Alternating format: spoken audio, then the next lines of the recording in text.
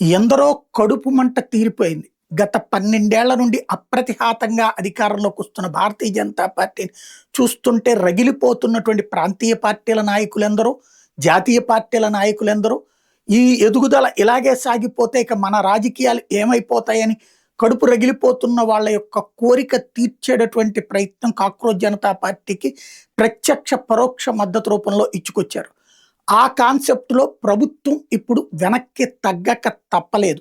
ధర్మేంద్ర ప్రధాన్ తనుగా ప్రధానమంత్రికి రాజీనామా పంపిస్తూ, ఈ వ్యవహారానికి నైతిక బాధ్యత వహిస్తున్నాను. గత 10 రోజులుగా జరుగుతున్నటువంటి పరిణామాలు చూస్తే మనసుకి బాధ కలిగించినాయి. దీనికి సంపూర్ణ నైతిక బాధ్యత నేనే వహిస్తున్నాను.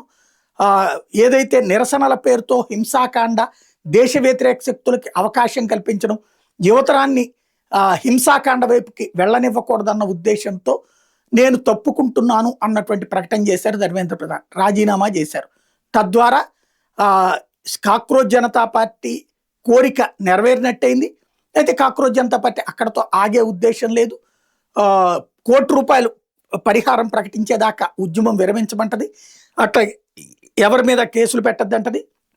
ఇంకా సాగతీయడానికే సిద్ధంగా ఉంది కాక్రోచ్ జనతా పార్టీ.